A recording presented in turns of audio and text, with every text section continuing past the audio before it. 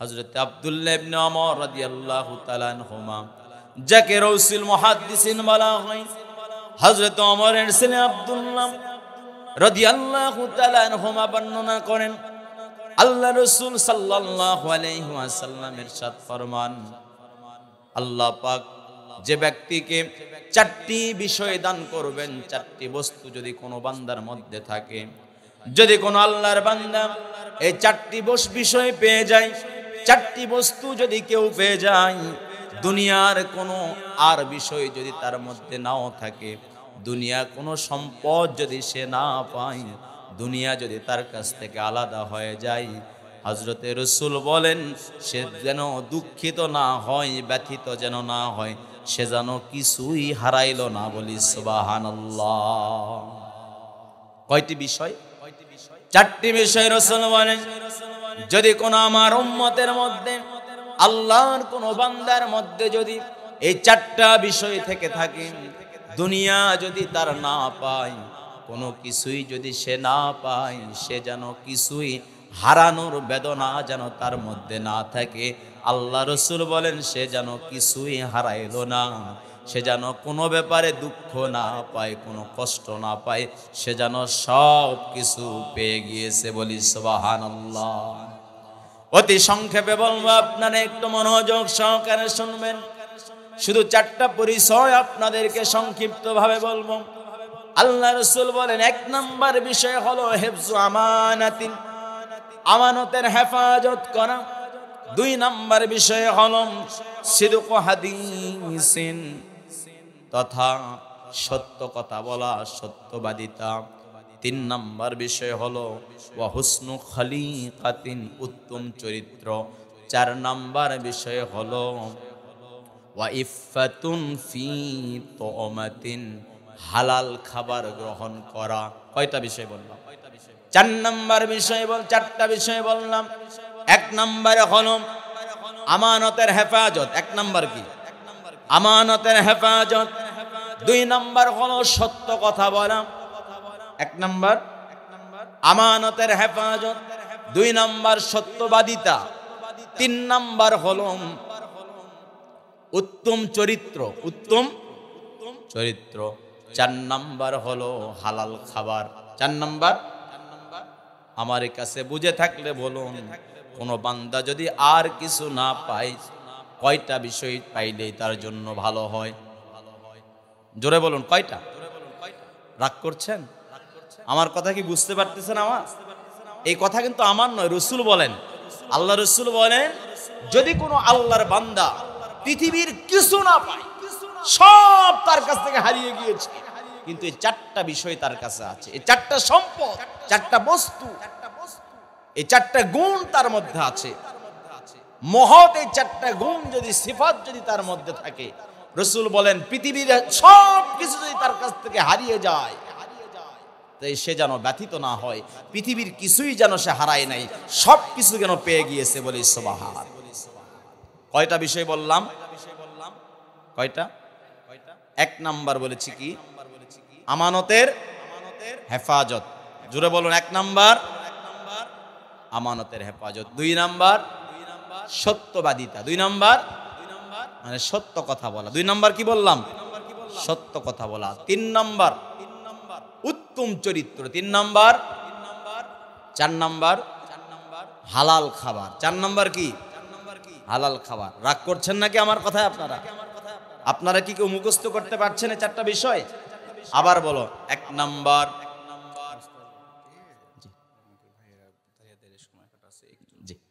এক নাম্বার আমানতের হেফাজত, এক নাম্বার। দুই নাম্বার সত্যবাদিতা, তিন নাম্বার উত্তম চরিত্র, চার নাম্বার হলো হালাল খাবার। জোরে বলুন ঠিক কিনা? আমার কোনো বাপজান যদি, কোনো ভাইজান যদি বুঝে থাকেন, যে কোনো একজন আমাকে এই চারটা বিষয় বলবেন মেহেরবানি করে, যদি কেউ মুখস্থ করতে পারেন। এক নাম্বার, আবারও বলছি, আমানতের হেফাজত। দুই নাম্বার হলো সত্যবাদিতা, তিন নাম্বার হলো উত্তম চরিত্র, চার নাম্বার হলো হালাল খাবার। আবারও বলছি, আমানতের হেফাজত, সত্যবাদিতা মানে সত্য কথা বলা, তিন নাম্বার হলো উত্তম চরিত্র, 4 নাম্বার হলো হালাল খাবার গ্রহণ। যদি কেউ পারেন যে কোনো একজন মেহেরবানি করে হাতটা জাগাইবেন। কেউ পারবেন? এই 4টা গুণ, কয়টা গুণ বলেছি? একজন কেউ পারবেন? কেউ পারবেন না? আচ্ছা, আলোচনা চল। জি, লিল্লাহে তাকবীর। যে কোনো একজন বলেন। জি বলেন, জি বলেন। আমানতের হেফাজত। জি, সত্য কথা বলা। জি, উত্তম চরিত্র, হালাল খাবার। আলহামদুলিল্লাহ, আমি শুধু সংক্ষিপ্ত ভাবে এই 4টা বিষয়ের উপরে আলোচনা করি, আমার আলোচনার ইতি টানবো ইনশাআল্লাহ। আল্লাহ পাক রব্বুল আলামিন বলেন, আউযু বিল্লাহি মিনাশ শাইতানির রাজীম, বিসমিল্লাহির রহমানির রহিম। ইয়া আইয়ুহাল্লাযীনা আমানু লা তাখুনুল্লাহা ওয়ার রাসূলা ওয়া তাখুনু আমানাতিকুম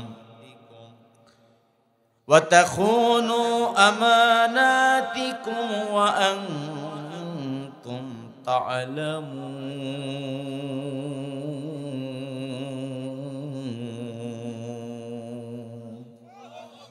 ওয়া'লামু أنما أموالكم وأولادكم فتنة وأن الله عنده أجر عظيم। আল্লাহ পাক রব্বুল আলামিন বলেন, আল্লাহর প্রিয় বান্দারা, আপনাদের খেদমতে যদি 4 বিষয়ের উপর আলোচনা করতে যায় অনেক সময় লেগে যাবে। অতি সংক্ষেপে শুধু বর্ণনা করছি। আল্লাহ পাক রব্বুল আলামিন বলেন, হে মুমিনরা,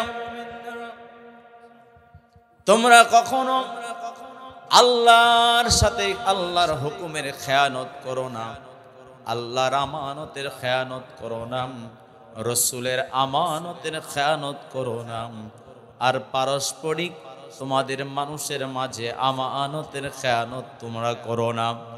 বরং তোমাদের যে আমানতদারিতা দেওয়া হয়েছে, মানুষ হিসেবে, মুসলমান হিসেবে তোমাদের এই আমানতদারিতা তোমরা রক্ষা করো। আল্লাহ পাক রব্বুল আলামিন বলেন, খবরদার, তোমরা জেনে রেখো আমানত রক্ষা করার ক্ষেত্রে অবশ্যই অবশ্যই অবশ্যই তোমাদের সন্তান সন্ততি এবং সম্পদ কিন্তু তোমার প্রকাশ্য বাধা হয়ে দাঁড়াবে। তুমি কিন্তু পরীক্ষার সম্মুখীন হয়ে যাবা। আল্লাহ পাক রব্বুল আলামিন বলেন, শোনো, এই কঠিন মুহূর্তেও সন্তান সামনে বিপদগ্রস্ত, সন্তানের পরীক্ষায় যখন তুমি সম্মুখীন হয়ে যাবা, সম্পদের পরীক্ষায় যখন তুমি সম্মুখীন হয়ে যাবা, ওই মুহূর্তেও যদি সব কিছুর আমানতদারিতা যদি ঠিক রাখো, আল্লাহ পাক অবশ্যই তোমাকে উত্তম প্রতিদান দান করবেন। বলি সুবহানাল্লাহ। আল্লাহ পাক রব্বুল আলামিন বলেন, ইন্নাল্লাহা ইয়া'মুরুকুম আন তুআদ্দুল আমানাতি ইলা আহলিহা ওয়া ইযা হাকামতুম বাইনান নাসি আন তাহকুমু বিল আদল। সূরা নিসার 58 নম্বর আয়াতে আল্লাহ পাক রব্বুল আলামিন বলেন, আমার বান্দারা শোনো, দুনিয়াতে যখন তুমি বসবাস করবা, বসবাস করতে গিয়া আমি রব যে ইবাদতের কথা বলেছি, ইবাদত করতে গেলে অবশ্যই তোমাকে আমানতের হেফাজত করতে হবে। তোমার পরিবারের আমানতের হেফাজত তুমি করবা, তোমার আহলের আমানতের হেফাজত তুমি করবা, তোমার প্রতিবেশীর আমানতের হেফাজত তুমি করবা। মুসলমানদের মান সম্মান ইজ্জতের হেফাজত তুমি করবা, বেঈমানদেরও সম্পদের প্রয়োজনে তুমি সম্পদের হেফাজত করবা, তাদের সম্মানের হেফাজত তুমি করবা, মানুষের সম্মান সম্পদের হেফাজত তুমি করবা। এই দায়িত্ব আমি রব তোমাদেরকে দিয়ে দিলাম, বলি সুবহানাল্লাহ। আল্লাহ পাক রব্বুল আলামিন বলেন, আর দুনিয়াতে যদি তুমি সমাজের অধিপতি হও, দুনিয়াতে যদি তুমি বাবা হও, যদি তুমি সমাজের মেম্বার হও, ইউনিয়ন পরিষদের চেয়ারম্যান হও, উপজেলা চেয়ারম্যান হও, যদি তুমি একটা আসনের এমপি যদি হও, তুমি যদি পরিবারের প্রধান হও, তুমি যদি মাদ্রাসার প্রধান হও, তুমি যদি অফিসের বড় কর্মকর্তা হও, তুমি যদি কৃষক হও, আর তোমার অধীনস্থ যদি কোনো কর্মচারী থাকে, আল্লাহ পাক রব্বুল আলামিন বলেন অবশ্যই সর্বক্ষেত্রে তোমার আমানতদারিতার হেফাজত তুমি করবা। রাসূল বলেন কুল্লুকুম রাইন ওয়া কুল্লুকুম মাসউলুন আন রায়াতিহি। রাসূল বলেন সাবধান, তোমরা যারা দায়িত্বশীল আছো, কখনোই যেন তোমার অধীনস্থরা তোমার কাছ থেকে কঠোরভাবে যেন তোমার কাছ থেকে তারা জুলুমের শিকার না হয়, তুমি যেন জালেম না হও, তারা যেন মাজলুম না হয়।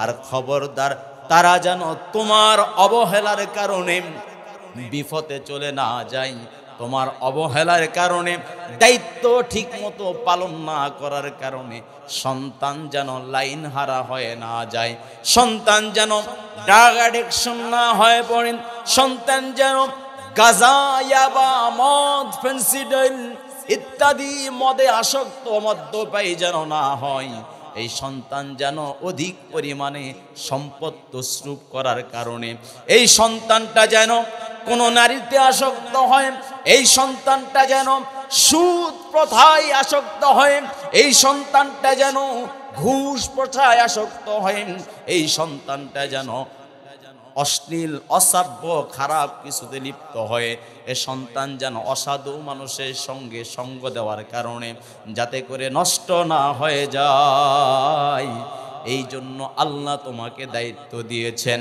রব্বে কারীম আল্লাহ ডাক দিয়া বলেন, ইয়া আইয়ুহাল্লাযীনা আমানু কু আনফুসাকুম ওয়া আহলিকুম নারা।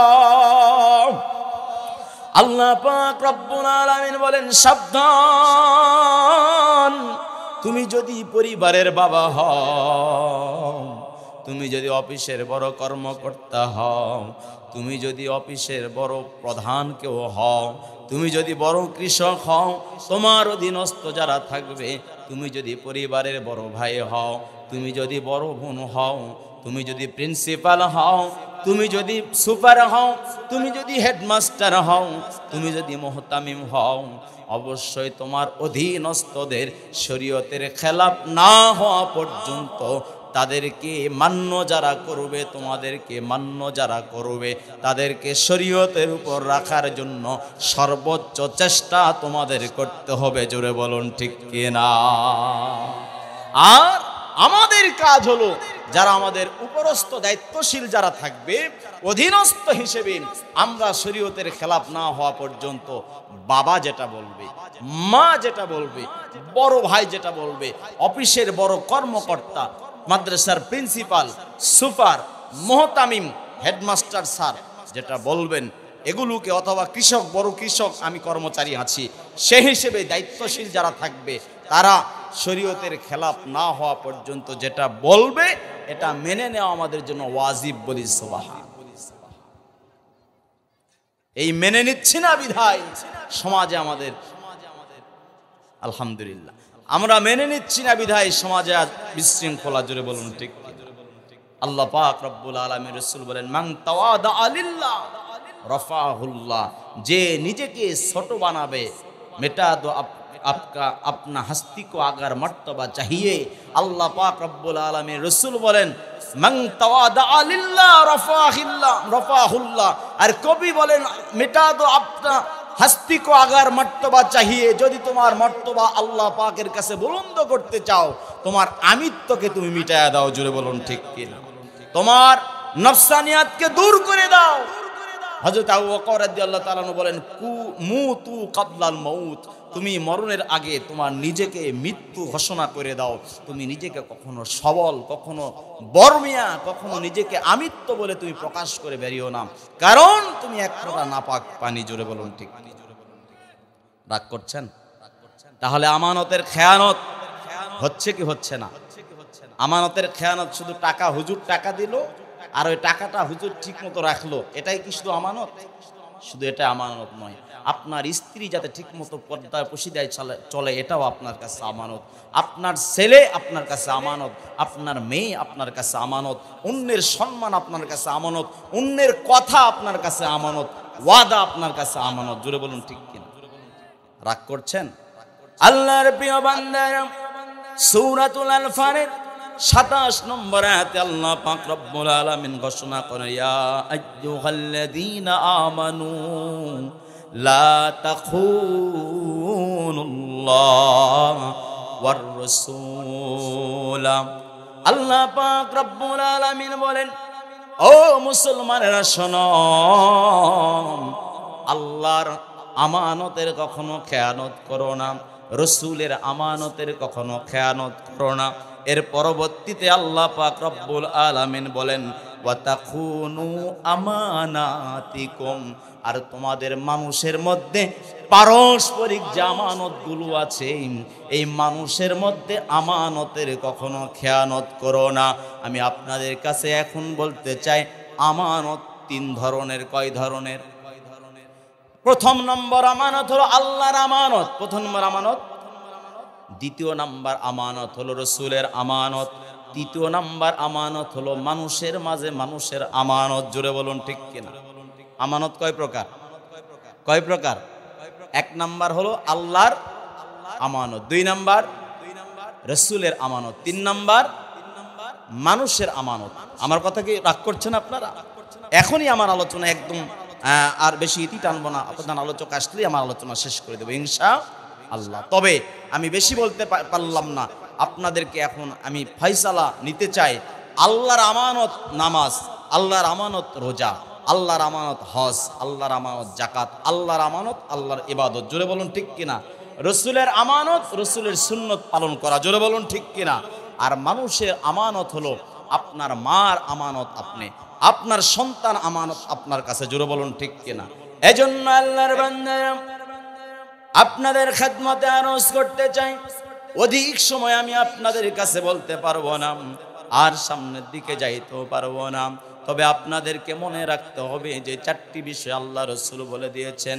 1 নাম্বার আমানতের হেফাজত, 2 নাম্বার সত্য কথা বলা, 3 নাম্বার হলো উত্তম চরিত্র হাসিল করা, 4 নাম্বার হালাল খাবার খাওয়া। জোরে বলুন ঠিক কিনা? 1 নাম্বার কথায় আপনাদের কাছে আমি শেষ করতে পারছি না। আল্লাহ পাক রব্বুল আলামিনের আমানত আমরা পালন করার চেষ্টা করব, রসুলের সুন্নত রসুলের আমানত আমরা পালন করার চেষ্টা করব। আর খবরদার খবরদার, মানুষের আমানত যেন নষ্ট না হয়ে যায়। রসুল বলেন, লা ঈমানা লাহু লা আমানা লাহু। আল্লাহ রসুল সাল্লাল্লাহু আলাইহি ওয়াসাল্লাম ইরশাদ ফরমান, আল্লাহ রসুল সাল্লাল্লাহু আলাইহি ওয়াসাল্লাম ইরশাদ ফরমান, লা ঈমানা লিমান লা আমানাতা লাহু। যার মধ্যে আমানত নাই তার মধ্যে ঈমান নাই। চিৎকার দিয়ে বলা যাবে কি নাউজুবিল্লাহ? এজন্য আল্লাহর বান্দারা, আপনার আমার মা যারা আজকে দুনিয়াতে বেঁচে আছেন, আপনার আমার বাবা আজকে দুনিয়াতে যারা বেঁচে আছেন, অথবা যার মা নাই, অথবা যাদের বাবা নাই, আমাদের মা বাবা, আমরা আজকে বয়স হয়ে গিয়েছে, আমরা সুবল, আমরা দুর্বল হয়ে গিয়েছি। আমরা আজকে আমাদের মা বাবা দুর্বল হয়ে গিয়েছে, কিন্তু আমরা আজকে শক্তিশালী সবল আছি। জোরে বলুন ঠিক কিনা? এজন্য আমাদের মা বাবা আমাদের আমানত, এই আমানতের খেয়ানত করা যাবে না। জোরে বলুন ঠিক কিনা? আমাদের সন্তান আমাদের কাছে আমানত, জোরে বলুন ঠিক কিনা? আল্লাহর ঘর মসজিদ আমাদের কাছে আমানত, জোরে বলুন ঠিক কিনা? নবীর ঘর মাদ্রাসা মুসলমানের কাছে আমানত, জোরে বলুন ঠিক কিনা? ওলামায়ে কেরাম সাধারণ মানুষ একে অপরের কাছে তাদের কথাবার্তাগুলো, লেনদেনগুলো, তাদের আচরণগুলো আমানত, জোরে বলুন ঠিক কিনা? এজন্য আমানতের বিশাল আলোচনা সময় আমি পাবো না, তবে সংক্ষিপ্তভাবে মা বাবা সন্তান সন্ততির উপরে দুইটা আলোচনার ভিতরে মাত্র 5 করে 10টা মিনিট সময় নেব। থাকবেন কি থাকবেন না? তার আগে মা বোনরা এত বেশি হয়েছে আলহামদুলিল্লাহ বলে আলহামদুলিল্লাহ, উপচে পড়া ভিড়, মা বোনদের জায়গা হচ্ছে না। আমার মা বোনদেরকে করজোর অনুরোধ করি, 1 ঘন্টার বাদাম শেষ, জোরে বলুন ঠিক কিনা? আপনাদের বাদাম শেষ, বাদামের দোকানে যেহেতু বের হওয়ার আর সুযোগ নাই, এখন আপনাদের বাদামটা কাঁচায়া কুচায়া মোটামুটি বাদামের খোসা ফেলাইয়া দেন, আর একটু সামনে বসে যান, আর 2-4 জন মা যেন বসতে পারে। জোরে বলুন ঠিক কিনা? মা বোনদেরকে বলবো আর একটু চেপে বসেন, একটু আটোসাটো হয়ে বসেন, আমার অন্য মা বোনরা একটু জায়গা পেতে পারে, একটু ওয়াজ শোনার সুযোগ করে দেন। আল্লাহ পাক চাহে তো আপনাদের মাহফিল কমিটিকে বলবো আগামী বছর মাহফিলে মা বোনদের প্যান্ডেলটা আরো বড় করবেন ইনশাআল্লাহ। পারা যাবে না ইনশাআল্লাহ? আমি আমার আজকের পরিচালক মহোদয় মাওলানা মোহাম্মদ সাকওয়াত হোসেন সোনা সাহেব সহ যারা দায়িত্বশীল আছেন যুবকদেরকে বলবো আগামী বছর মা বোনদের প্যান্ডেলটা বড় করতে হবে, ঠিক আছে? আর পুরুষরা আসবেন না মোটো, ঠিক আছে? আসবেন তো ইনশাআল্লাহ? মাহফিল হোক আগামী বছর, চান কি চান না? মাহফিল হোক, চান তো ইনশাআল্লাহ? আল্লাহ পাক কবুল করেন, সকলে বলছে আমিন। সম্মানিত আল্লাহর প্রিয় বান্দারা, আপনাদের খেদমতে আরজ করতে চাই, মা বাবা প্রত্যেক সন্তানের কাছে আমানত। কখন আমানত? রব্বে কারীম আল্লাহ সূরাত বনী ইসরাঈলের মধ্যে ঘোষণা করেন, ওয়াকাদা রব্বুকা আল্লা তা'বুদু ইল্লা ইয়্যাহুম ওয়া বিল ওয়ালিদাইনি ইহসানা ইম্মা ইয়াবলুগান্না ইনদাকাল কিবারা আহাদুহুমা আও কিলাহুমা ফালা তাকুল লাহুমা উফফিন ওয়ালা তানহারহুমা ওয়া কুল লাহুমা قولا كريما واخفض لهما جناح الذل من الرحمة وقل رب ارحمهما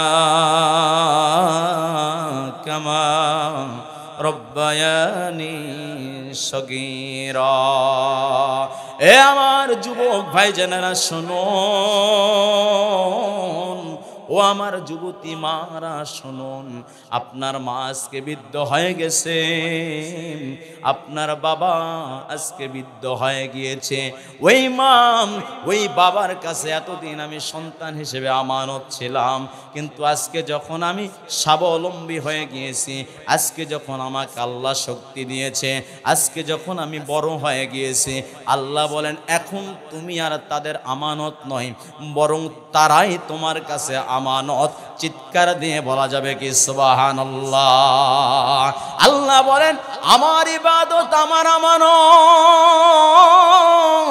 আমার আমানত যখন তুমি পালন করলাম, আমার ইবাদত যখন তুমি করলাম, আমার আমানত তুমি পালন করলাম, 2 নাম্বার কাজ হলো আমার ইবাদতের পরেই তোমার কাছে যে আমানত আমি আল্লাহ রব দিয়ে দিলাম, তোমার মা তোমার বাবা বৃদ্ধ বিদ্যা হয়ে যাওয়ার কারণে এরা তোমার কাছে আমানত হয়ে গিয়েছে। এই আমানতদারিতার হেফাজত অবশ্যই তোমাকে করতে হবে, তোমার মায়ের খেদমত তোমাকে করতে হবে, তাদের সাথে ভালো আচরণ করতে হবে, তাদেরকে ভালো খাবার দিতে হবে। এটা তোমাকে রব এহসান করার অনুমতি, দায়িত্ব, আদেশ, কমান্ড আমি তোমাকে দিয়ে দিলাম। বলি সুবহানাল্লাহ। আল্লাহ আমি তোমাকে এহসান করতে বললাম। এহসান মানে হলো মা যে প্রাপ্য এটা তো পাবেই, কিন্তু আমার ভাগ যেটা আছে, আমার ভাগ থেকেও আমারটা আমি না খেয়ে মাকে ভালোবেসে দিব, এটাকে ইহসান বলা হয়। বলুন সুবহানাল্লাহ। আপনি ছোট ভাইকে 1 কাঠা জমি দিলেন, ছোট ভাইয়ের অংশ দিয়ে দিয়েছেন, কিন্তু ছোট ভাইকে ভালোবেসে আপনার ভাগ থেকে আরো 1% বেশি দিলেন, এটাকে ইহসান বলা হয়। বলি সুবহানাল্লাহ।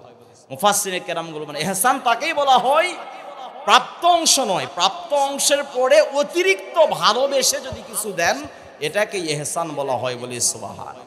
তো আমার মা আমার কাছ থেকে আল্লাহর পক্ষ থেকে তো প্রাপ্ত হবেনি, এরপরেও আমার মাকে আমার ভালোবাসার বশবর্তী হয়ে মাকে আমি আমার প্রাপ্য দেওয়ার পরেও অধিক ভালোবেসে মা যাতে কষ্ট না পায়, মা যাতে শান্তি পায়, চোখ দিয়া, মুখ দিয়া, হাত দিয়া, অন্তর দিয়া যাতে মা দোয়া করতে পারে, এজন্য মাকে সর্বোচ্চ প্রতিদান ইচ্ছা করে আমার অংশ থেকে দেওয়া, এটাই হলো ইহসান বলি সুবহান।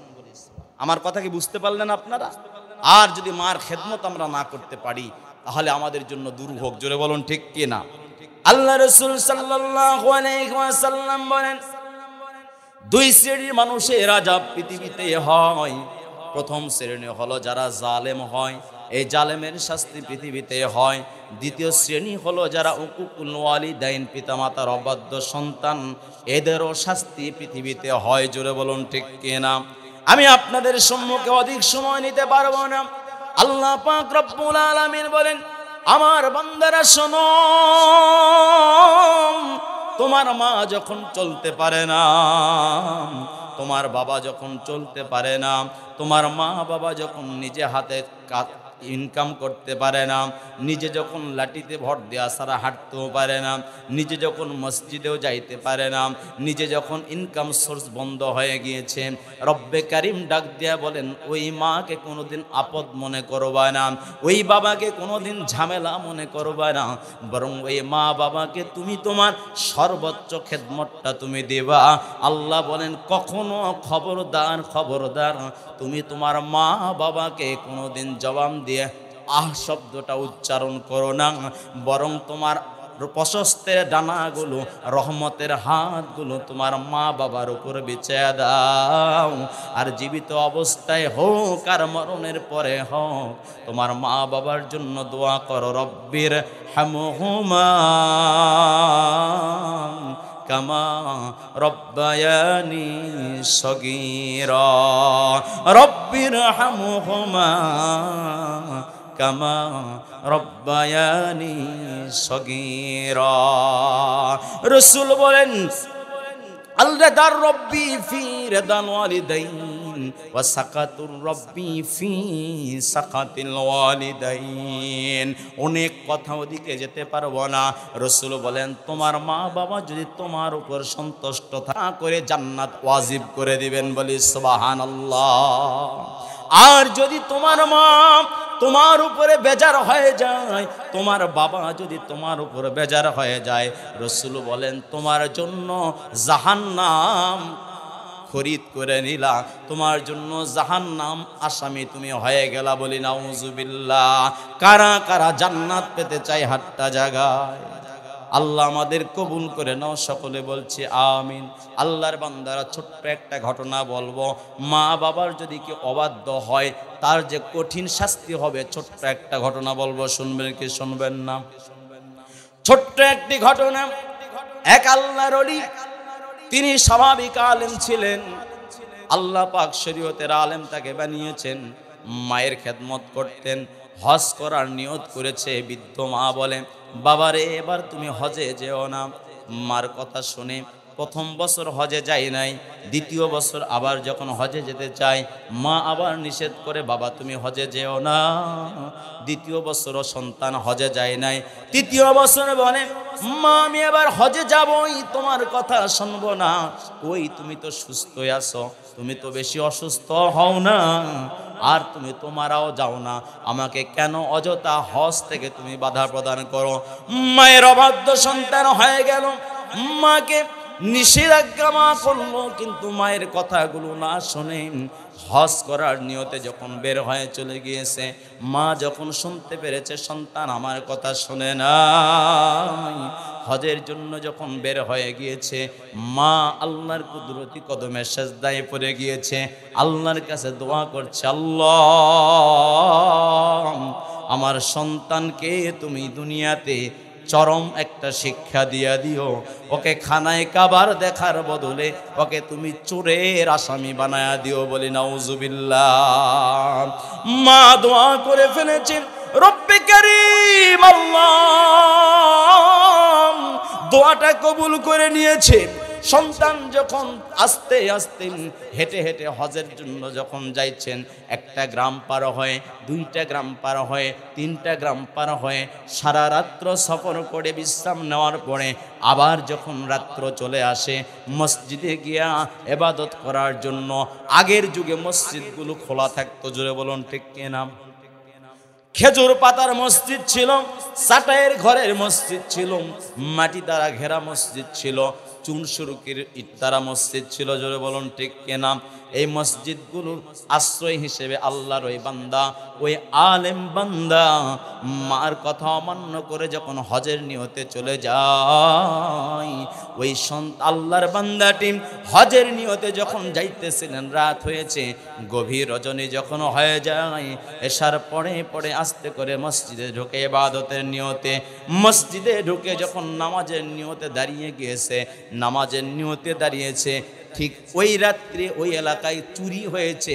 একটা চোর চোরের মাল চুরি করে নিয়ে দৌড় দিয়েছে।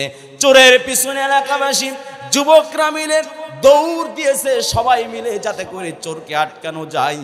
দৌড়াতে দৌড়াতে চোরের পিছনে দৌড়াইতে দৌড়াতে চোর এবার লক্ষ্য করে দেখে মসজিদের মধ্যে কাকে যেন দেখা যায়, মসজিদের মধ্যে কে যেন নামাজ আদায় করে। চোর একটু বুদ্ধি কাটিয়ে মসজিদের মধ্যে ঢুকেছে, আর চুরির মালটা ওই আল্লাহর ওলি, ওই আলেম বান্দা যে নামাজ আদায় করতেছিলেন তার পাশে চুরির বস্তাটা রেখে, মালের বস্তাটা রেখে পালিয়ে গিয়েছে। এলাকার সবাই দৌড়ে এসেছে, দৌড়ে এসে দেখে মসজিদ খোলা দেখা যায়, আর মসজিদের মধ্যে তো মানুষও দেখা যায়। এসে দেখে মসজিদের মধ্যে যে মানুষ, আসলে সে নামাজের নিয়ত করেছে, আর তার পাশেই দেখা যায়, তার পাশেই দেখা যায় ওই মালের পোস্তা, মালের পোটলাটা, মালের বস্তাটা, তার পাশেই চুরির মালটা আছে।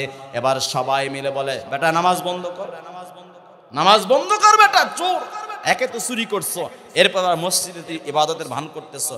আসলে কি চোর? সে কি চোর? সে কিন্তু নামাজি, জোরে বলুন ঠিক কিনা? এবার চোরের চুরি করেছে, কিন্তু সে চোরের মালটা নামাজের পাশে রেখে গিয়েছে। এবার নামাজ বন্ধ করা হলো, জোর করে তাকে ধরে নিয়ে ইচ্ছা মতো সাইজ করলো মসজিদ থেকে বের করার পরে। এরপরে সেখান থেকে কাজী সাহেবের কাছে, বাদশার কাছে নিয়ে যাওয়া হলো। বাদশা বলল, বাদশাজি, বাদশাকে বললো চুরি করেছে, চুরি করাতে সাহস করেছে, ইভেন সে চুরি করার পরে আবার মসজিদে ইবাদতের নাম দিয়া সে বাটপারি করছে। বাদশা বলে, কাজী সাহেব কোথায়? ডাক দাও, চুরি করার অপরাধে হাত দুখানা কেটে নাও। আর যে চোখ দিয়া আল্লাহর ঘরে ইবাদত করার বদলে ওই চোরের মাল নিয়ে যে চোখ দিয়া আল্লাহর ঘরকে ইবাদত খানার জায়গা হিসেবে বেছে নিয়েছেন, যে চোখ দিয়া এত বড় দুঃসাহস করেছে আল্লাহর ঘর দেখার মতো, ওই চুরির মাল গ্রহণ করার কারণে, ওই চোখ দিয়া আল্লাহর ঘর দেখার কারণে ওর চোখ দুখানা তুলে নাও। আর যে পা দিয়া চুরি করার পরে চুরির সম্পদটা নিয়া মসজিদে নেওয়ার মতো দুঃসাহস করেছেন, ওর পা দুখানা কেটে দাও। আর এলাকায় ঘোষণা করে দাও, যদি কেউ চুরি করে, চুরির কারণে তার হাত তুলে নেওয়া হবে।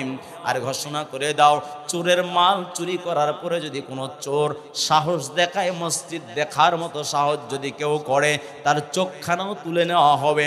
আর যদি এই ঘোষণা করে দাও, ওই চোরের মাল নেয়া, চুরির মাল নেয়া যদি কেউ মসজিদে ইবাদত করার মতো দুঃসাহস করে, ভান ভঙ্গি যদি কেউ করে, তবে তার পাও দুখানা কেটে নেওয়া হবে। পুরা এলাকায় এলান করে দাও, ঘোষণা করে দাও। যখন ঘোষণা করে দিবে, আগের জামানায় একটা টিনে বাড়ি দেওয়া ঘোষণা করে দেওয়া হতো। যখন ঘোষণা করে দিবেন, হঠাৎ করে আলেম ডাক দেয়া বলে, ভাই এই ঘোষণা করো না, বরং ঘোষণা করে দাও, মায়ের কথা না শুনে যদি কেউ হজে যাইতে চায়, খানার কাবায় গেলাম যদি কেউ ধরতে চায়, তাকে চোরের ট্যাগ লাগায়া তার হাত দুখানা কেটে দেওয়া হয়। মাকে না দেখে যদি কেউ খানায় কাবা দেখতে চায় তবে তার চোখ দুখানা তুলে নেওয়া হয়। মায়ের কথা না শুনে যদি কেউ হজ করার মতো দুঃসাহস করে খানায় কাবার দিকে পা বাড়াইতে চায় তবে বলে দাও আল্লাহ পাক তাকে পা দুখানা পর্যন্ত কেটে নিয়া তার কপালে চুরির ট্যাগ লাগায়া দেয়া তাকে চোর বানায়া দেয়। ঘোষক বলতে যে কি ব্যাপার বুঝলাম না, ঘটনা বলো। বলতে চায় না, অনেক জোর জবরদস্তি করার পরে বলতেছে ঘটনা এই। তখন সবাই আশ্চর্য, কিন্তু কাজ তো আগেই হয়ে গিয়েছে। হাত দুখানা কাটা হয়েছে, চোখ দুখানা তুলে নেওয়া হয়েছে, পা দুখানা কেটে দেওয়া হয়েছে। আল্লাহ তাআলার বান্দারা সবাই মিলে বাদশার কাছে যায় যে হযরত কাজ এই তো ঘটনা ঘটে গিয়েছে। বাদশা এবার দুঃখ প্রকাশ করছে, কিন্তু সকলে মিলে যখন দুঃখ প্রকাশ করে আল্লাহর ওই বান্দা আলেম বলেন আপনারা দুঃখ করে তো লাভ নাই, আমার মাকে আমি দেখি নাই, আমার মাকে আমি ভালোবাসি নাই, আমার মাকে আমি সাপোর্ট করি নাই, আমার মাকে রেখে আমি পা দুখানা নিয়ে হজ করতে যাই। আল্লাহ বলেন তোমার মাকে তোমার পায়ের দ্বারা খেদমত করবা, এই মা তোমার খানায় কাবা গিয়ে যে লাভ হবে তোমার মাকে ওই পা দ্বারা খেদমত করে তার চাইতে বেশি লাভ হবে বলে সুবহানাল্লাহ। যেই চোখ দিয়া তুমি খানায় কাবা দেখবা ওই চোখ দিয়া যদি মায়ের দিকে তাকাও, ওই চোখ দিয়া মায়ের দিকে তাকালে কবুল হজের সওয়াব আল্লাহ দিয়ে দিবেন বলে সুবহানাল্লাহ। আমি আপনাদের খেদমতে আর বেশি কিছু বলতে পারবো না। সর্বশেষ কথা আপনাদের খেদমতে আরজ করতে চাই আল্লাহর বান্দারা, আমরা যারা দুনিয়াতে এই মুহূর্তে আছি, মা বাবার অবাধ্য সন্তান যদি কেউ হয়ে যায় তার যেমন এই বিপদ হয়ে যায়। আমরা যারা আজকে আছি, আজকের পর থেকে মা বাবা যদি দুজন অথবা একজন বেঁচে থাকে, আমরা কারা কারা পারবো মা বাবার খেদমত করব হাতটা জাগা। লিল্লাহে তাকবীর, লিল্লাহে তাকবীর। আল্লাহ আমাদের কবুল করে নাও, সকলে বলছে আমিন। আল্লাহর প্রিয় বান্দারা, এই মা বাবার খেদমতের জন্য আমরা যারা আছি, মা বাবা আমাদেরকে মানুষ করেছেন, ওই মায়ের জন্য আমরা দোয়া করব। পাশাপাশি আমরা যারা আজকে বাবা হয়ে গিয়েছি, বড় ভাই হয়ে গিয়েছি, আমাদের কিছু দায়িত্ব আছে না নাই? আছে। আল্লাহ পাকের এক বান্দা হযরত ওমরের কাছে তার ছেলেকে নিয়ে আগে বলেন আমিরুল মুমিনিন, আমার সন্তান আমার কথা শোনে না, আমার সন্তানের কোনো কাজ আমি যেটা বলি সেটা সে করে না। বলি যদি ডাইনে যাও সে বামে যায়, বলি যদি বামে যাও সে ডাইনে যায়, ওকে একটু বিচার করেন। আমিরুল মুমিনিন, এই ছেলে, বলে জি বলেন, তোমার বাবার কথা তুমি শোনো না? বলে না, তোমার বাবা তোমার বিচার চাইছে, বিচার করবো, তোমার কঠিন পানিশমেন্ট হবে। আমিরুল মুমিনিন, আমার বাবার বিচার আপনি করবেন, আমার বিচার আপনি করবেন, কোনো আপত্তি নাই।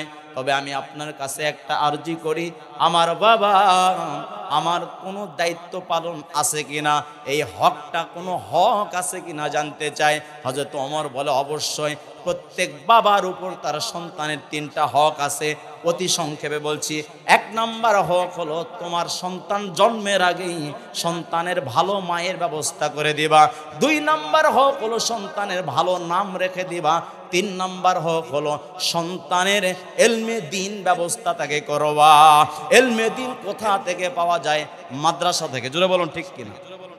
এখন আমাদের যারা বিবাহ করছি আমরা দেখে শুনেই তো করছি, জোরে বলুন ঠিক কিনা? এরপরে সন্তান হয়েছে, একটা ভালো নাম রেখে দিয়েছি, জোরে বলুন ঠিক কিনা? এখন 3 নাম্বার কাজ হলো আমাদের সন্তানদেরকে এলমে দ্বীন শিক্ষা দেওয়া, কোরআন শিক্ষা দেওয়া। এই কোরআন শিক্ষা কি কলেজ থেকে হবে? এই কোরআন শিক্ষা কি স্কুল থেকে হবে? এই কোরআন শিক্ষা কি হিন্দুদের মন্দির থেকে হবে? এই কোরআন শিক্ষার জন্য মাদ্রাসা মক্তবের দরকার। জোরে বলুন ঠিক কিনা? এই মাদ্রাসা মক্তব কারা কারা চালাবে? লিল্লাহে তাকবীর, লিল্লাহে তাকবীর। আয় আল্লাহ, তোমার বান্দাদেরকে নিয়ে মাদ্রাসার জন্য বলছে গো মাবুদ। রাসূল সাল্লাল্লাহু আলাইহি ওয়াসাল্লাম বলেন খায়রুকুম মান তাআল্লামাল কুরআন ওয়া আল্লামা। দুনিয়াতে যারা কোরআন শিক্ষা দেয় আর যারা কোরআন শিক্ষা করে, এদের চাইতে দামি মানুষ আর কেউ হতে পারে না, আর কেউ হতে পারে না, আর কেউ হতে পারে না। বলেন সুবহানাল্লাহ। রাসূল বলেন মান ক্বরাআল কুরআনা ওয়া আমিলা বিমা উলবিসা ওয়ালিদাহু তাজান ইয়াউমাল কিয়ামাতি দুউহু আহসানু মিন দুইশ শামসি। আমরা যারা আজকে কোরআন শিক্ষার জন্য সন্তানদেরকে মাদ্রাসায় দেব, মক্তবে দেব, লিল্লা বোর্ডিংয়ে দেব, এতিমখানায় দেব, ফুরকানিয়া মাদ্রাসায় দেব, দাখিল মাদ্রাসায় দেব, আলিম মাদ্রাসায় দেব, ফাজিল মাদ্রাসায় দেব, রাসূল বলেন এদের প্রত্যেকের সন্তানের কারণে এদের মা বাবাকে আল্লাহ কিয়ামতের ময়দানে নূরের টুপি পরায়া দিবেন বলে সুবহানাল্লাহ। আল্লাহর প্রিয় বান্দারা, আপনাদের খেদমতে আরজ করতে চাই, মানুষ হিসেবে অহংকার করার মতো কোনো কিছুই আমাদের মধ্যে নাই। জোরে বলুন ঠিক কিনা? আল্লাহ পাক রব্বুল আলামিন বলেন, তুমি তোমার জন্মের দিকে তুমি খেয়াল করো, তুমি তোমার সৃষ্টির দিকে তুমি খেয়াল করো। তুমি তো কিছুই ছিলে না, এক ফোঁটা নাপাক পানি তুমি ছিলা। আমি আল্লাহর হুকুমে, আমি আল্লাহ তোমাকে এক ফোঁটা নাপাক পানি থেকে তোমাকে আমি রক্তপিণ্ডতে, তোমাকে সেখান থেকে আমি গোস্তের টুকরাই, সেখান থেকে তোমার মায়ের গর্ভে আমি তোমাকে লালন পালন করে তোমাকে মানব আকৃতি দান করলাম। মায়ের গর্ভে আমি আল্লাহ তোমাকে, সেখানেই তোমাকে রূহ সঞ্চালন করলাম। দুনিয়ার জমিনে যখন তুমি 10 মাস পরে আসলাম, তুমি একেবারে হাঁটতে পারো নাই, কথা বলতে পারো নাই, তোমার চোখ দিয়া দেখতে পারলেও দূর দৃষ্টিতে কথা তোমার বলার ক্ষমতা নাই। তোমার পা আমি দান করেছি, তোমার শক্ত পা না হওয়া পর্যন্ত 6 মাস হয়ে যায়, 1 বছর হয়ে যায়, তুমি এবড়ো থেবড়ো ভাবে হাঁটতে পারো, দৌড়ানোর মতো ক্ষমতা তোমার কিন্তু হয় না। জোরে বলুন ঠিক কিনা? রব্বে কারীম আল্লাহ তাআলা ডাক দেয়া বলেন, এই পৃথিবীতে তুমি এক ফোঁটা নাপাক পানি, ওই নাপাক পানি থেকে আমি আল্লাহ তোমাকে তার পরবর্তীতে আমি আল্লাহ রক্তের পিণ্ড থেকে, সেখান থেকে গোস্তের টুকরা, সেখান থেকে হাড় হাড্ডি দিয়া মানুষ আকৃতিতে আমি তোমাকে, তোমার মায়ের পেটে যেখানে তোমার কোনো খাওয়ার ক্ষমতা ছিল না, যেখানে তোমার কোনো বাতাস ঢোকার কোনো পারমিশন নাই, যেখানে কোনো অক্সিজেনের ব্যবস্থা নাই, যেখানে কোনো রকম কেউ তোমার খোঁজ খবর নেওয়ার ক্ষমতা কেউ পায় না, আমি তোমার মায়ের পেটেই তোমাকে খাইয়েছি।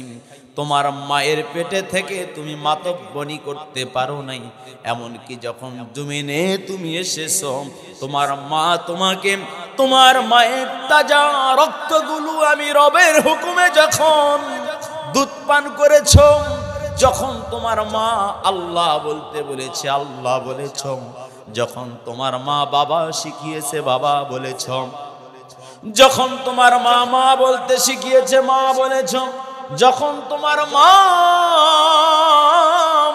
তোমাকে ডাক শিখিয়েছে তখন তুমি ডাক দিয়েছ। তুমি কিন্তু দৌড়াইতে পারো নাই, একেবারে হাঁটতেও পারো নাই। এরপরে যখন তুমি আবার যুবক হয়ে গেলাম, এই যুবক বয়সে তুমি যখন স্বাবলম্বী হয়ে গেলাম, তোমার অস্থিগুলো যখন সবল হয়ে গেল, তোমার ব্রেনগুলো যখন সতেজ হয়ে গেল, তোমার চোখের পাওয়ারগুলো যখন যথেষ্ট পরিমাণ সাফিসিয়েন্ট হয়ে গেল, যখন তুমি নিজেকে সবল মনে করলাম, যখন তোমার বয়সের একটা দাপট চলে আসলো, আবার তুমি এই মাঝ বয়সটা শেষ করে আবার তোমার মুরব্বির দিকে তাকায়া দেখো, তোমার বাবা দুনিয়াতে তোমার মতোই দুর্বল ছিল, আবার তোমার বাবা আজকে যেমন তুমি যুবক আছো, এই যুবক তোমার বাবাও ছিল, কিন্তু আজকে তোমার বাবার দিকে তাকায়া দেখো, কিছুক্ষণ আগে যে মুরব্বী সভাপতির দায়িত্ব পালন করছেন, উনি কথা বলার সময় দেখলাম হাতগুলো থরথর করে কাঁপছিল, যখন তিনি গেলেন পাগুলো ঠিক মতো নাড়াইতে পারছিলেন না, যখন তিনি এখান থেকে নামলেন 2 জন ধরে তাকে নামাইতে হলো। জোরে বলুন ঠিক কিনা? এখন আপনারা বলেন তো দেখি, এই মহা মানুষটি এলাকার কৃতি সন্তান মুরব্বী আলেমে দ্বীন, এ আল্লাহর বান্দা কি একবারে বৃদ্ধ হয়েছে নাকি? তার কি যৌবন ছিল কি ছিল না? শক্তি ছিল কি ছিল না? আজকে শক্তি নাই, আমার বাপজান দুর্বল হয়ে গিয়েছে, আমার এই বাপজান দুর্বল হয়ে গিয়েছে, আমার বৃদ্ধ বাপজানগুলো দুর্বল হয়ে গিয়েছে। রব্বে কারীম আল্লাহ ডাক দিয়া বলেন, বান্দা আমার শোনো, তোমার নিজের সৃষ্টির দিকে তুমি তাকাও। তুমি কি ছিলাম, এখন কি আছো, আবার কি হয়ে যাবা, তুমি তোমার সৃষ্টির দিকে তাকাও। যখন তুমি কিছুই ছিলে না, আমি রব তোমাকে দান করেছি, আবার তোমার শক্তি হয়েছে, এ কারণে তুমি দম্ভ ভরে দুনিয়াতে চলো। আবার তোমার যেদিন অস্থিগুলো দুর্বল হয়ে যাবে, নিজে যখন চলতে পারবা না, অন্যের হাতে হাত রেখে, অন্যের কাঁধে হাত রেখে তোমাকে চলতে হবে। যখন তোমার মরণ হবে, তখন তোমার দেহটা, নিথর দেহটা জমিনে পড়ে যাবে। কেউ তোমাকে টানলে চলতে পারবা, কেউ ধরলে নড়তে পারবা, কেউ যদি না ধরে তোমার চলার কোনো ক্ষমতা নাই। জোরে বলুন ঠিক কিনা? এজন্য আল্লাহর বান্দারা আপনাদের খেদমতে আরজ করতে চাই, এই দুনিয়াতে এক ফোঁটা নাপাক পানি ছিল, মাঝখানে শক্তিতে শক্তিবান হয়ে আমরা সম্পদে সম্পদশালী হয়ে, আমরা অহমিকার বশবর্তী হয়ে যদি নিজের অস্তিত্ব ভুলে যাই, আমাদের কবরের খবর নেওয়ার মতো কেউ থাকবে না। জোরে বলুন ঠিক কিনা? কুজা কারুন, কুজা ফেরাউন, কুজা নমরুদ, শুধু হামান। আল্লাহ পাকের বান্দারা, কবি বলেন, তুমি ফেরাউনের দিকে তাকায়া দেখো, তুমি নমরুদের দিকে তাকায়া দেখো, আবু জাহালের দিকে তাকায়া দেখো, আবু লাহাবের দিকে তাকায়া দেখো, তুমি বাদশাহ সাজ্জাদের দিকে তাকায়া দেখো, সুলাইমান নবীর দিকে তাকায়া দেখো, তুমি জুলকারনাইনের দিকে তাকায়া দেখো, যাদের দাপটে মানুষ, গরু, বাঘ, ছাগল একই ঘাটলাই পানি খেত, যাদের কবরে আজ ঘাস জমে গিয়েছে, যাদের কবরে আজ গরু ছাগলগুলো চড়ে বেড়ায়, কিন্তু কবর থেকে খেদানোর, তাড়ানোর কোনো ক্ষমতা নাই। জোরে বলুন ঠিক কিনা? আমার যুবক ভাইরা, এজন্য আপনাদের খেদমত আরজ করতে চাই, এই হোসেনপুর যুব সমাজের উদ্যোগে মাহফিল, দোকানপাট থাকবে, হয়েছে আলহামদুলিল্লাহ, অনেক বেচা কিনা হয়েছে, অনেক আপনাদের কেনাকাটা হয়েছে। বিকাল থেকে শুরু করে কেনাকাটা একদম কম হয় না, ঠিক না বে ঠিক? এখন একটু সময় আসেন, আপনাদের করার জন্য অনুরোধ করছি, আগামীকাল আমাদেরকে চাইলেও পাবেন। জাহান্নামের শীত যাতে না লাগে আমরা বসতে রাজি আছি তো ইনশাআল্লাহ? কারা কারা জাহান্নামকে ভয় করে? লিল্লাহে তাকবীর, লিল্লাহে তাকবীর। আল্লাহ জাহান্নামের শীত থেকে আমাদের হেফাজত করুন, সকলে বলছে আমিন। শীত জাহান্নামের, অধিক শীত জাহান্নামের একটা অংশ। জোরে বলুন ঠিক কিনা? অধিক গরম জাহান্নামের একটা অংশ। এই বেহেশতের বাগানে যে শীত আমরা গ্রহণ করছি, লা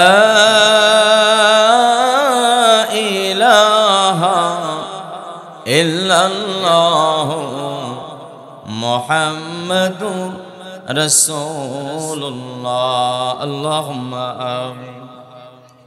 আলহামদুলিল্লাহি রাব্বিল আলামিন, والصلاة والسلام على سيد المرسلين وعلى آله وأصحابه أجمعين. ربنا آتنا في الدنيا حسنة وفي الآخرة حسنة وقنا عذاب النار. ربنا ظلمنا أنفسنا وإن لم تغفر لنا وترحمنا لنكونن من الخاسرين. مليك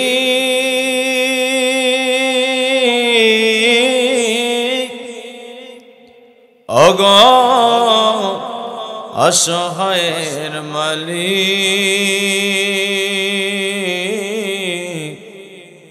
তোমার শানে মোবারকে হোসেনপুর যুব সমাজের উদ্যোগে মাদ্রাসা উদ্বোধন উপলক্ষে অধ্যকার প্রথম বার্ষিকী বিরাট তাফসীরুল কোরআন মাহফিলের আল্লাহ এই বিশাল ময়দান থেকে উলামায়ে কেরামদের সাথে নিয়ে আল্লাহ দাড়ি পাকা মুরব্বী বাপজানদেরকে নিয়ে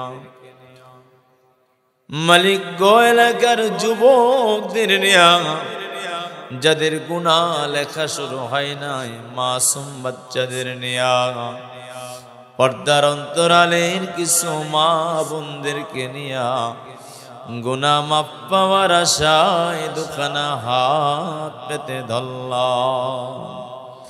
আয় আল্লাহ, আমরা যারা হাত তুলেছি তুমি মেহেরবানি করে আমাদের জীবনের সব গুনাহগুলি মাফ করে দাও। আল্লাহ, আমরা যারা হাত তুলেছি আমাদের প্রত্যেকের জনম দুঃখিনী মা,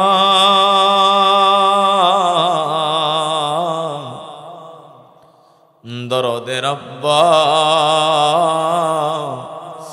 যারা দুনিয়া থেকে বিদায় হয়ে গেছে, যাদের কবরের ভিতরের খবর আমরা কেউ জানি না,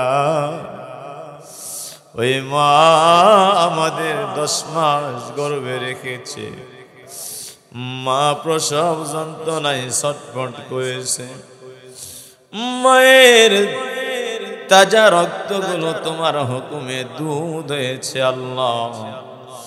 2.5 বছর পর্যন্ত মায়ের দুধ পান করেছি গো মাওলা। কত বাবা সন্তানকে মানুষ করতে গিয়া মানুষের কাছে ঋণ নিয়েছে, ধার করেছে, মানুষের বাড়িতে কাজ করে পরিশোধ করেছে আল্লাহ। ওই মা ওই বাবা আজ অন্ধকার কবরের বাসিন্দা আল্লাহ। কবরের পাশে গিয়া হাউমাউ করে কাঁদি আর চিৎকার দিয়ে বলি মাগো ও বাবা, কতদিন তোমাদের দেখি না। আমাদের মা বাবা চিৎকার দিয়া বলে ও ছেলে রে, ও মেরে,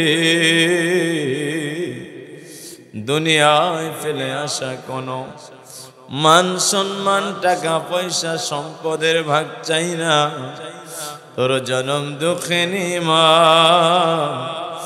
দরদের আব্বা অন্ধকার কবরে বড় অসহায়, 2 ফোঁটা চোখের পানি ভিক্ষা দে। আল্লাহ, আমাদের মা বাবাকে জান্নাতের মেহমান বানায় না আল্লাহ, তাদের কবর আযাব তুমি মাফ করে দাও। ওগো দরদি মাওলা, কখন জানি মারা যাব আমরা জানি না, আমাদের জন্য কে দোয়া করবে তাও জানি না, আমাদের জন্য যেন দোয়া করতে পারে রব্বির হামহুমা কামা রব্বায়ানি সগীরা, রব্বির হামহুমা কামা রব্বায়ানি সগীরা। এমন যোগ্য সন্তান তুমি তৈরি করে দিও আল্লাহ।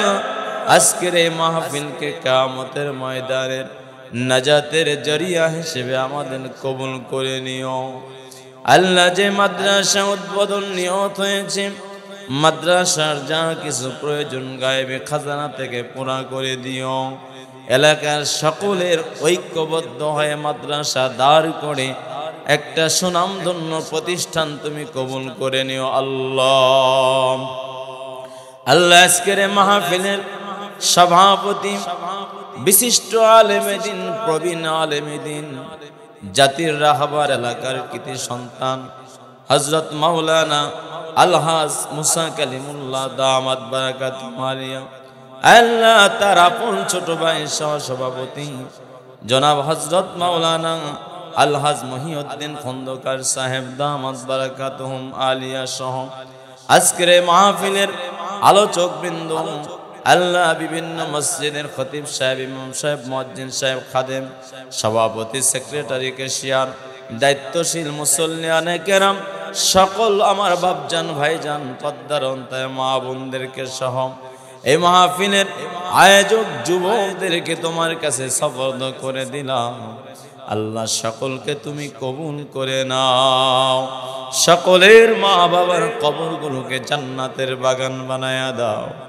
আয় আল্লাহ, আজকে আমাদের সঙ্গে বাংলা ওয়াজ এমএম টিভির তত্ত্বাবধানকারী আল্লাহ তাহমিদ ভাই অনেক দূর থেকে কষ্ট করে এসেছেন। আল্লাহ দিন প্রচারের জন্য কবুল করে নাও। ও গো মালিক, এলাকার আর এক কৃতি সন্তান হাফেজ সাজু মিয়া, আল্লাহ এলাকা থেকে সেই দূর বহু দূর হাজার হাজারের বেশি ছাত্র তার রয়েছে। আল্লাহ আল্লাহ, কত ডিসি, কত এসপি, কত ম্যাজিস্ট্রেট, আল্লাহ কত এডিসি, কত এসপি, কত এসপি তার ছাত্র রয়েছে। আল্লাহ তার বাবা দুনিয়া থেকে বিদায় হয়ে চলে গেছে, তার মা দুনিয়া থেকে বিদায় হয়ে চলে গেছে। মার চেহারা, বাবার চেহারা ইন্তেকাল অবস্থায় দেখতে হয়েছে। তোমার কোরআনের খাদেমের, তোমার কোরআনের হামিলকে কবুল করে নাও। আয় আল্লাহ, কখন মরণ হবে জানি না, ওই মরণের আগে আমাদের চোখের সামনে তুমি জান্নাত খানা হাজির করে দিও। জান্নাত খানা দেখতে দেখতে আল্লাহ আমাদের চোখের সামনে তোমার নবীজির চেহারা হাজির করে দিও। নবীজিকে দেখতে দেখতে ও আল্লাহ আমাদের ইন্তেকাল নসিব করে দিও। আয় আল্লাহ, আমাদের প্রত্যেকের সন্তানদেরকে মানুষের মতো মানুষ বানাও, আমাদের পরিবার পরিজনদেরকে কবুল করে নাও। যা কিছু বললাম কবুল করে নাও, যা কিছু বলতে পারলাম না কবুল করে নাও। আমাদের জবানে নসিব করে দিও লা ইলাহা ইল্লাল্লাহ মুহাম্মাদুর রাসূলুল্লাহ।